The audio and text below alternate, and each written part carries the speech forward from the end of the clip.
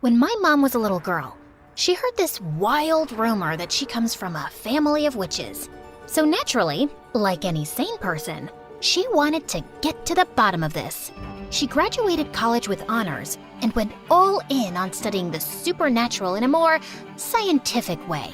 And her big takeaway was that the supernatural is real. We just need the right means to connect with it. But even though Mom became super famous for her groundbreaking work, she still couldn't figure out if our family had any connection to witches. She was so obsessed with finding the answer that she neglected everything else, which didn't sit well with Dad. They fought all the time, and eventually, he had enough and left. Soon after, Mom realized she was pregnant with me. So she dropped her research, moved into her childhood home with Aunt Jessie, and became the most devoted mom ever. But the second I started high school, she drove right back into her witch hunt. She even had this creepy little office where she kept all the souvenirs from her years of research. And Aunt Jessie absolutely hated that place. Oh my God, Kara, who gave you that awful haircut? Mom did. What's wrong? Nothing, except you looked like a shaved squirrel. She looks fine, Jessie. And why are you in my office anyway? I thought you hated coming here. I do. It's just that I need some money. I'm traveling to Bora Bora tomorrow with Jack, and I don't want him to see me as some wannabe leeching off his money. Who's Jack? I thought you were dating Mark. Ugh, Mark was such a bore, so I broke up with him. Now I'm dating Jack. You know he's an entrepreneur and he owns a yacht? A yacht! Only 1,000% of the world population own a yacht, and Jack is one of them. Now, if you're done interrogating me, can I have some cash? Aunt Jessie was Mom's twin sister, but unlike Mom, Jessie was a total free spirit. She drifted from place to place, never held down a steady job, and dreamed of marrying rich so she'd never have to work. Mom thought Jessie was a total flake, and for Jessie, Mom was one science experiment away from turning into a mad scientist. So, obviously, they never got along, and life went on. Until one day, everything changed. Yeah, we say that a lot around here. Just like we keep asking you to like and subscribe. So please go ahead and do that. Anyway, Mom was in her creepy office doing her usual research when we heard a loud crash. Jessie and I rushed in to check on her, and there she was, passed out cold on the floor. Her research papers were scattered everywhere, and right in the middle was this weird necklace. I ran to Mom's side while Aunt Jessie called the ambulance, but when the paramedics arrived, they said she was in a coma. Mom was rushed to the hospital, but the necklace stayed behind. I couldn't bring myself to leave it there. It felt important, like it might hold the answers we needed. So I took it and always kept it close to me. Oh my God, just toss that ugly thing already. No way! This was the last thing Mom was researching before she collapsed. She might need it when she wakes up. For what? To wear to some ugly necklace convention? Kara, you're 18. Go live your life. You sulk way too much for a teenager. And you're way too wild for someone in their 40s. Don't you care about Mom at all? Aren't you even a little worried if she's ever gonna wake up? Look, your mom's nuts, okay? For all we know, this is because she spent too much time chasing ghosts and ancient nonsense. Now, do me a favor and stop playing detective. Aunt Jessie grabbed my arm and I wanted to pull away, but I was too stunned. Not because of what she did, but because of what I saw. I had this vision where I saw Jessie in Mom's office, pulling money out of her locker. You stole from Mom's locker? What locker? I didn't steal anything. But I just saw... I grabbed Jessie's arm again, and just like before, I saw her in Mom's office stealing money. I was trying to make sense of what was happening, when suddenly, my eyes fell on the necklace in my hand. I kept it down and touched Jessie again, and nothing. No visions this time. Could this necklace actually be showing me something? Oh no, you've got that look. The same one your mom got whenever she went on about ghosts or spirits or whatever nonsense she wasted her life chasing. Jessie kept groaning about something, but my brain was stuck on the fact that the necklace actually had powers. Every time I held it, these weird flashes would hit me. I didn't totally get what they were. Maybe they were some blurry sneak peeks into the future. Honestly, with Jessie's track record, seeing her steal from Mom felt pretty believable. But I needed proof that this thing was legit. So the next day, I I wore the necklace to school, and like I suspected, every time I bumped into someone, I saw a glimpse of their future. Like, I accidentally brushed up against Madison, our cheer captain, and saw her flipping out in front of everyone. Sure enough, later that day, she dumped her boyfriend and destroyed his locker. I also saw Kyle, the class clown, going home alone to his cats, which was kinda sad. But then, I saw the rude school janitor having a terrible lunch that would keep him in the bathroom all afternoon. That instantly lifted my spirits. Oh wow, this is the best day ever! Whee! Talking to yourself, Kara? Is that your secret strategy to beat me on the test? Hate to break it to you, but it's not gonna work. Ugh, Ethan.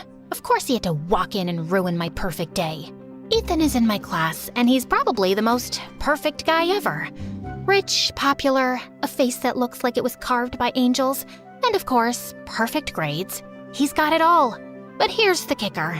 Ethan's insanely clumsy. It's almost a talent, how bad he is at holding on to things. Lunch trays, expensive vases, kittens, you name it, he's probably dropped it. And yet, somehow, his clumsiness just makes him even more charming to everyone. Well, everyone but me. I just thought it was hilarious how someone so perfect can be such an uncoordinated mess. Oh my god. Ethan, are you okay? Did you hurt yourself? Yeah, I'm fine. Just slipped a little, no big deal. Quick, someone get ice. Call the nurse. Ethan, how many fingers am I holding up? 2? What's so funny? Oh, nothing. It's just, isn't this a little dramatic? He just tripped. He's not dying. Just for the record, I could have seriously hurt myself. What if I hit my head and broke my neck? Would that be serious enough for you? Oh my god, you're fine. You may have a concussion, but that's about it. And you literally fall every day, Ethan. Multiple times a day. And you're walking just fine, aren't you? Ethan gave me the stink eye. And since then, he's been in this weird, unspoken competition with me. He tries to beat me at everything. Grades, gym class, who gets to the front of the cafeteria line first. And even though I have no idea why he's doing that, one thing's for sure. There's no way I'm letting him win. I'm here. I'm not late. Ew, what's that smell? Did you run here? Just ask Kara and I'll lend you a couple bucks for the bus next time you're late. At least I can run without tripping over a rock and rolling down the street. I don't need to run. I have a car with a private driver. And thank God for that. Or God knows how many people you would have run over by now, you clumsy fool. How dare you? Ethan lunged at me, but his foot caught on the desk, and he crashed right into me. As soon as we touched, I had this crazy vision of Ethan wandering through a forest, moving deeper like he was searching for something. And then suddenly, he reached the edge of the cliff and fell. If you keep staring at me like that, you'll fall in love. Ugh, as if. Get off me. And yeah, maybe stay away from cliffs for a while, okay? What? Did you not get enough oxygen to your brain while running over here? Just then the teacher walked in and we rushed back to our seats. That entire day, I couldn't help keeping an eye on Ethan. Even though he was a jerk, I didn't want him falling off a cliff because of some mysterious entity. That would break too many hearts at school. So later, when I saw him walking toward the woods behind the school, I decided to follow him, but he'd already walked in deeper. I kept walking straight, trying to stay optimistic, when I finally saw Ethan moving towards the cliff in a trance-like state. Ethan, stop! No response. I screamed for him again, but when he didn't stop, I ran towards him and pulled his arm, snapping him back to reality. Kara? What? Where am I? You walked into the jungle. You don't remember? No, I remember being at football practice, and now I'm just here? How did I even get here? And wait, how'd you know where to find me? Were you following me? You were, weren't you? Why? Did one of my dad's enemies send you to keep an eye on me? Tell me! For a second, I panicked. Ethan's dad was a senator, and me showing up out of nowhere was definitely weird, especially 'cause we didn't get along. I could understand why he'd be paranoid, so I had no choice but to tell him the whole truth. So you're telling me this necklace gives you the power to look into the future? Yeah, and I know it sounds super made up, but I swear to God, it's true. And if you don't believe me... No, I actually believe you. With all the weird stuff going on in my life right now, a magic necklace honestly feels pretty normal. That's when Ethan told me that for the past few months, he was being haunted by a ghost. It showed up out of nowhere, and ever since then, his life had been a mess. I was always clumsy, but lately it's been getting worse. I wake up doing the weirdest stuff, like wrecking my mom's rose garden or doodling all over some portrait of my great-grandfather. And I don't even remember doing it. But how are you so sure a ghost has something to do with this? Because I've seen it. Sometimes late at night, I'll catch a shadowy figure in the mirror, or feel like someone's standing right behind me. Plus, we moved into this house only 6 months ago, and my parents were warned it might be haunted. But the house belonged to my great-grandfather, and Dad was obsessed with renovating it and moving in as soon as possible. And now I'm haunted by this stupid ghost who probably wants me dead. I stared at him, trying to process what he just said. A ghost was making Ethan clumsy and dangerous? It sounded ridiculous. But then again, I was wearing a necklace that could show me the future. So maybe this wasn't totally ridiculous. You think I'm an idiot? Yes, but that's beside the point. Seems like this ghost has some serious beef with you, and we need to make sure it doesn't totally wreck your life. Follow me. Ethan watched me suspiciously, but followed me anyway, and I took him home. I led him to Mom's office, dug through some of her stuff, and pulled out a protective talisman. This should keep you safe for a while. Although the ghost might still mess with your mind, it won't be able to harm you fatally. Gee, thanks. That's reassuring.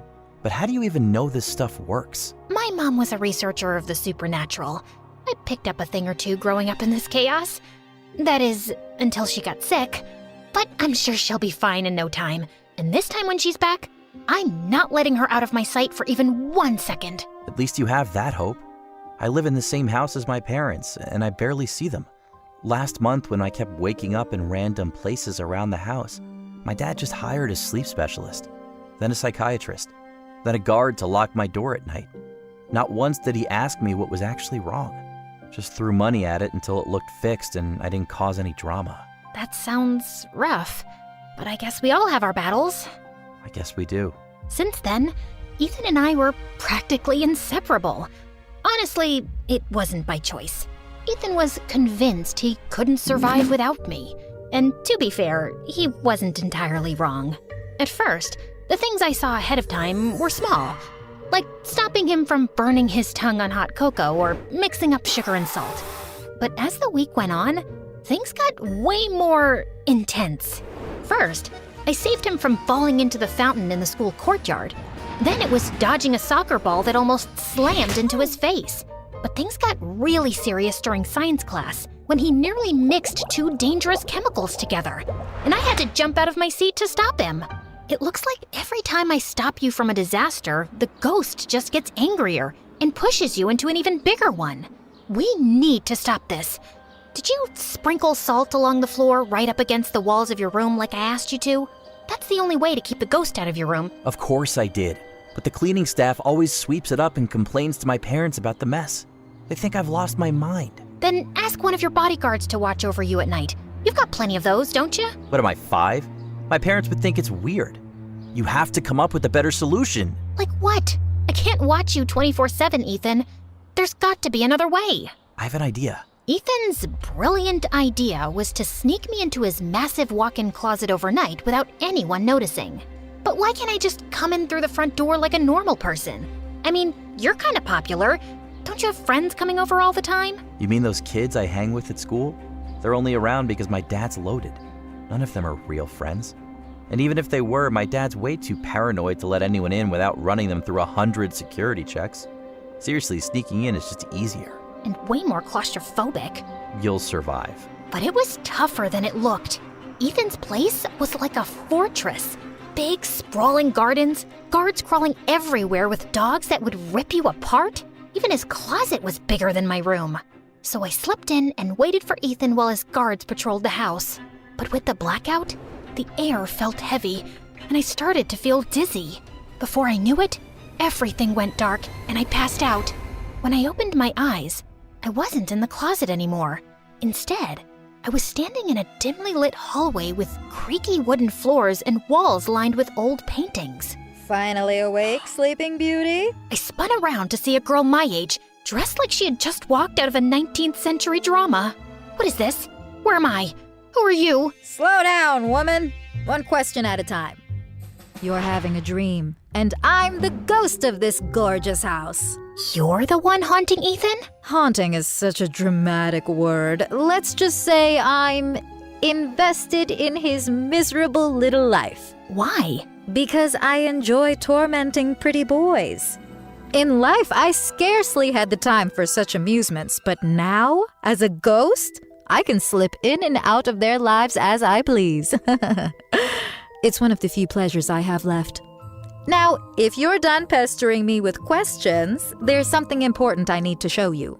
She led me down a narrow staircase and finally stopped in a weird cave that looked like it was centuries old. The walls were all stone, and on them were strange looping symbols repeated over and over in neat rows. I was trying to make sense of what they meant when the ghost gestured towards the end of the cave to a red door. If you want answers, just walk through that door. What's behind it? The truth. You're really enjoying this, aren't you? Oh, immensely. Now do as I say. You don't have much time. I took a deep breath and walked over to the door. But just as I was about to turn the knob, I heard a scream coming from the end of the cave. I got so spooked, I immediately recoiled and fell. My head hit the ground, and I don't remember what happened next, except I woke up staring at the ceiling in Ethan's living room. I slowly got up, trying to make sense of what happened, when I saw Ethan holding a lighter, standing inches away from the curtains. Without thinking, I lunged forward and snatched the lighter out of his hand, when suddenly Ethan's parents walked in. Who are you and what are you doing in my house? Dad, she's... I'm not asking you, Ethan. You go to your room. But Dad... I said leave! Ethan's mom took his hand and took him to his room, while I just stood in the living room, motionless. As for you, girl, you broke into my house, and judging by that lighter in your hand, I'd say your intention was to set something on fire. Some rival sent you to sabotage me, so I stepped down from my mayor campaign? What? No, I wasn't trying to burn anything. I was helping Ethan. Ask him. I don't have to ask him anything. My son would never be friends with someone like you.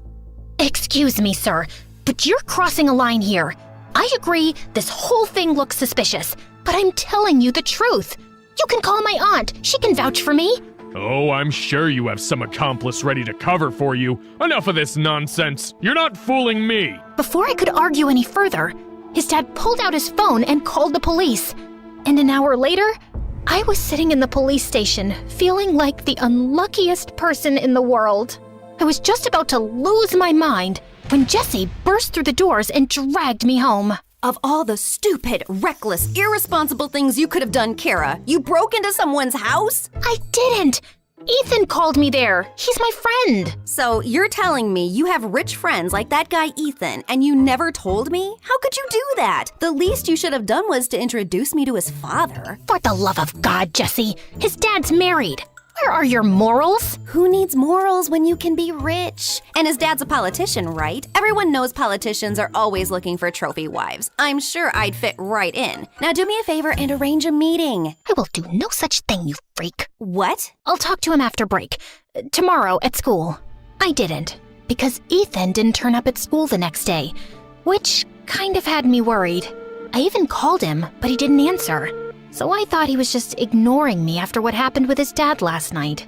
But then, something in my heart told me things weren't right, so I decided to pay him a visit. I was outside his mansion when suddenly I started hearing voices. I walked in and froze. Ethan was standing on the edge of the roof, swaying like a leaf in the wind. His parents were shouting up at him. Guards were barking into their walkie-talkies. But no one was making a move to save him. Ethan, sweetie, please wake up. But Ethan didn't move. It was clear he wasn't himself, and if someone startled him or rushed up there, it might only push him to jump. I had to get to him somehow, so with everyone distracted, I slipped into the mansion and dashed upstairs to the rooftop. Ethan? Ethan, it's me, Kara. I know you can hear me. You're not alone. I'm here, okay? Just focus on my voice.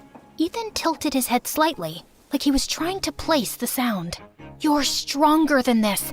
Whatever's got a hold on you, it doesn't control you. You're Ethan, the guy guy who trips over air and somehow still looks cool doing it. You're not a puppet. Fight it! For a moment, nothing happened. Then slowly, he turned his head to look at me. Kara? It's me. I've got you. I won't let go, I promise. Finally, he reached out, and the moment our hands touched, I yanked him away from the edge with all my strength. But I fell, hit my head, and blacked out.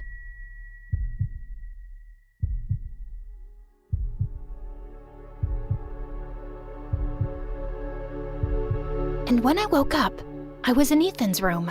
What happened? You hit your head. Kara, I don't know how to thank you. If you hadn't come, I don't think I'd still be here. Good thing I showed up then. There's also something else you should know. Ethan reached into his pocket and pulled out my necklace. The chain was snapped, and the strange pendant was cracked right down the middle. I found it next to you after you fell. Oh no! It was the one thing that still connected me to my mom. I'm so sorry, Kara. I'm sorry that I dragged you into this mess. It wasn't your battle to fight. In fact, there's something you should know. And Ethan told me that he wasn't actually possessed, but had a rare psychological disorder that caused blackouts and hallucinations. It started when he was a kid, but it went away. We thought it was fine until these past few months. He started having these episodes. His dad's political campaign, the pressure, moving into this old place with all its creepy stories. It must have triggered it again. And we tried to keep him safe, secured the entire place, but we failed. My parents didn't tell me this because they thought I might freak out and maybe the condition will worsen. But what's worse than jumping off a roof? Sorry, bad time to joke. But the bottom line is that I'm truly sorry for everything I've put you through. And I'd really love it if we could be friends. Ethan was still talking when my phone buzzed. It was Aunt Jessie, and she told me that Mom was finally awake. I told Ethan, and he immediately offered to take me to the hospital. As soon as we reached the hospital, I rushed into Mom's room and held her tight. Oh, thank God. I was so scared I'd never get to see you again. Oh, my sweet girl, I missed you too. And I've got to say this, you've been so brave. But Mom, I messed up. I broke the necklace. Well, you kind of did me a favor there. Mom's eyes drifted to the broken necklace, and she told me that it wasn't just some souvenir, but an ancient relic designed to imprison souls. I studied it thinking it would confirm our family's history with witchcraft. I thought if I could connect my spirit to it, I'd gain the wisdom I'd been seeking. Instead, the necklace trapped me. My body stayed here in a coma, but my spirit was locked inside. But when it broke, it lost its hold. My soul was released and returned to my body. So, you were in this necklace all this time? In a way, yes. I've been watching you, and you've been so brave, Kara. Although I got a bit freaked out when I saw you walking towards that red door. Wait, you know about the red door? How? I never told anyone about that vision. I know because I was there. That scream you heard was mine. And it wasn't a vision, Kara. The necklace was messing with your head. It feeds off your fears and uncertainties. And when it sensed your confusion about Ethan's haunting, it created the image of a ghost to prey on your emotions. It was all a trick to get you to walk through that red door willingly. And if you had, you'd be trapped just like I was. So, you mean everything I saw in my visions was my imagination? But what about the stuff that came true? The necklace has this strange power of showing you bits and pieces of the future, but never the full picture. It keeps you curious, making you rely on it to guide you. That's how it earns your trust and manipulates you. I think I'm gonna lose my mind. No, you won't, because I will never let this happen again. I'm done with these studies, Kara. I lost sight of what matters and nearly lost everything. I think I want to focus on my family again. I'd love that too, Mom. Great! Now that you're both reunited, maybe we can talk about my Bora Bora trip? No? Fine, I'll just sit here quietly. We all laughed, and it felt like a new chapter had begun. The necklace was gone, Mom was awake and back with me. And as for Ethan, well, he's still clumsy as ever. But at least he's taking therapy so he won't roll off another building and blame it on a ghost.